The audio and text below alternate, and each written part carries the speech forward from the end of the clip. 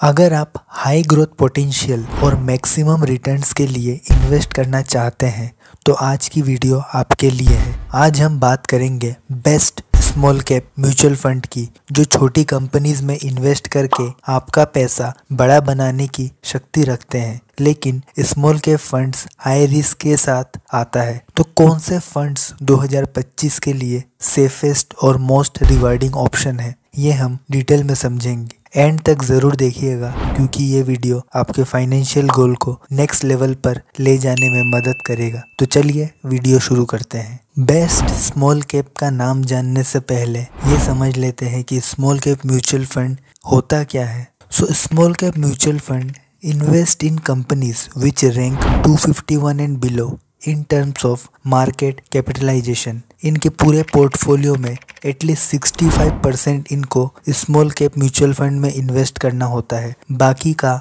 35% large cap, mid cap और debt mutual fund में invest किया जाता है। ये काफ़ी हाईली वोलेटाइल होता है। स्मॉल कैप म्यूचुअल फंड आपको बहुत ज़्यादा रिटर्न दे सकता है, लेकिन उसके साथ अगर हम लार्ज कैप और मिड कैप से कंपेयर करें तो स्मॉल कैप बहुत ज़्यादा रिस्क कैरी करता है। तो जो भी स्मॉल कैप म्यूचुअल फंड में इन्वेस्ट करना चाहते हैं, आप एटलीस्ट टाइम होराइजन 7 साल, 10 साल या फिर उससे ज़्यादा रखिएगा, क्योंकि जितना ईयर्स तक स्मॉल कैप में इन्वेस्टेड रहेंगे उतना ही ज़्यादा हाई चांस रहेगा कि आपको अच्छा रिटर्न्स मिलेगा। तो चलिए देखते हैं best small cap mutual fund for 2025। तो दोस्तों, मैंने ओपन कर लिया है टिकर टैप का म्यूचुअल फंड स्क्रीनर।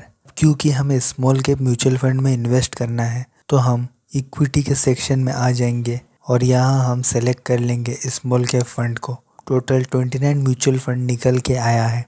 अब इस पे लगाएंगे हम अपनी 2 फिल्टर, जो कि है 5 साल का CAGR और 10 साल का CAGR। तो स्मॉल कैप कैटेगरी एवरेज का 5 साल का रिटर्न है 26.52%। तो 5 साल के CAGR में मैं फ़िल्टर लगा दूंगा कैटेगरी एवरेज 5 साल का, जो कि है 26.52। Out of 29 funds only 12 mutual funds are left. इस पे हम लगाएंगे अपनी दूसरी फ़िल्टर, जो कि है 10 साल का कैटेगरी एवरेज। तो 10 साल का कैटेगरी एवरेज है स्मॉल कैप म्यूचुअल फंड की केस में 12.62 का। तो ये फ़िल्टर लगाने के बाद अब सिर्फ 6 म्यूचुअल फंड हमारे पास है। अब इन 6 म्यूचुअल फंड में से हम करेंगे शॉर्ट एक्सपेंस रेशियो की बेसिस पे और हम पिक करेंगे टॉप 4 म्यूचुअल फंड्स को। इन टॉप 4 म्यूचुअल फंड्स को हम डिटेल में एनालिसिस करेंगे। तो मैं आ चुका हूँ ईटी मनी के म्यूचुअल फंड कंपैरिजन के वेबसाइट पे और मैंने ऐड कर लिया है इन चारों फंड्स को। पहला है Nippon India small cap fund, दूसरा है क्वांट स्मॉल कैप फंड, तीसरा है HSBC स्मॉल कैप फंड, चौथा है कोटक स्मॉल कैप फंड। अभी अगर हम थोड़ा नीचे आए तो फंड एज लगभग सभी का 10 से 12 साल का है।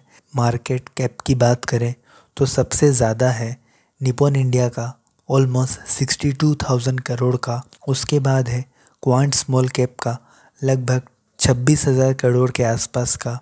HSBC का है 17,000 करोड़ और कोटक का भी वही 17,000 करोड़।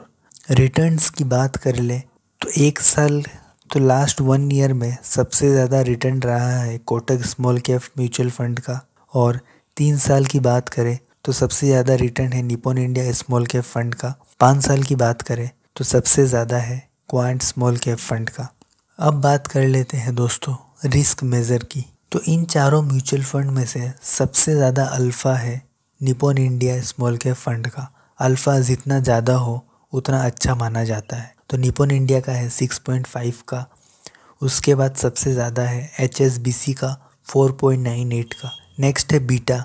बीटा जितना कम हो उतना अच्छा माना जाता है और सबसे कम बीटा है कोटक स्मॉल कैप फंड का 0.73 का।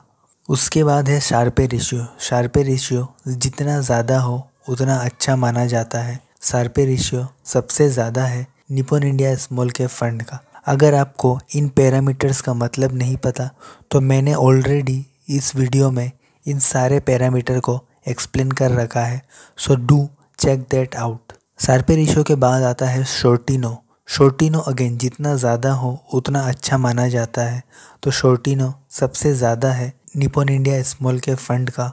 दूसरे नंबर पे है HSBC स्मॉल कैप फंड। तो दोस्तों ट्रेलिंग रिटर्न और रिस्क मेजर का एनालिसिस करने के बाद अब हम करेंगे रोलिंग रिटर्न का एनालिसिस। रोलिंग रिटर्न सबसे इम्पोर्टेंट पैरामीटर माना जाता है। रोलिंग रिटर्न हमें ये बताता है किसी भी फंड ने किसी भी पर्टिकुलर ड्यूरेशन में उसका परफॉर्मेंस कैसा रहा है। तो रोलिंग रिटर्न के लिए मैं आ चुका हूँ एडवाइज़र खोज के वेबसाइट पे। यहाँ हम आ चुके हैं रोलिंग रिटर्न की टैब पे और हम करेंगे स्मॉल कैप का कैटेगरी एवरेज के साथ कंपैरिजन। तो अगेन मैंने इन चारों फंड्स को यहाँ ऐड कर लिया है। रोलिंग पीरियड हम ले लेंगे 7 साल का और स्टार्ट डेट हम ले लेंगे 1 जनवरी 2016 से। तो अगर हम रोलिंग रिटर्न को देखें तो पर्पल में है स्मॉल कैप का कैटेगरी एवरेज, ऑरेंज में है Kotak small cap fund, dark blue में है Nippon India small cap fund, green colour में है क्वांट स्मॉल कैप फंड और स्काई ब्लू कलर में है HSBC स्मॉल कैप फंड। तो दोस्तों अगर हम रोलिंग रिटर्न की बात करें तो इन चारों ही फंड्स ने कैटेगरी एवरेज से अच्छा परफॉर्म किया है। इस पर्टिकुलर पीरियड में देखें तो इस पर्टिकुलर पीरियड में Nippon India small cap fund का परफॉर्मेंस सबसे अच्छा रहा है। वही इस पॉइंट से क्वांट ने निप्पॉन इंडिया को आउट परफॉर्म किया है और आप देख सकते हैं रिसेंट टाइम में क्वांट म्यूचुअल फंड का परफॉर्मेंस बहुत ही अच्छा रहा है। सेकंड पे है निप्पॉन इंडिया। वही अगर हम पिछले कुछ टाइम को देखें तो निप्पॉन इंडिया का परफॉर्मेंस थोड़ा सा डिक्लाइनिंग फेज पे रहा है।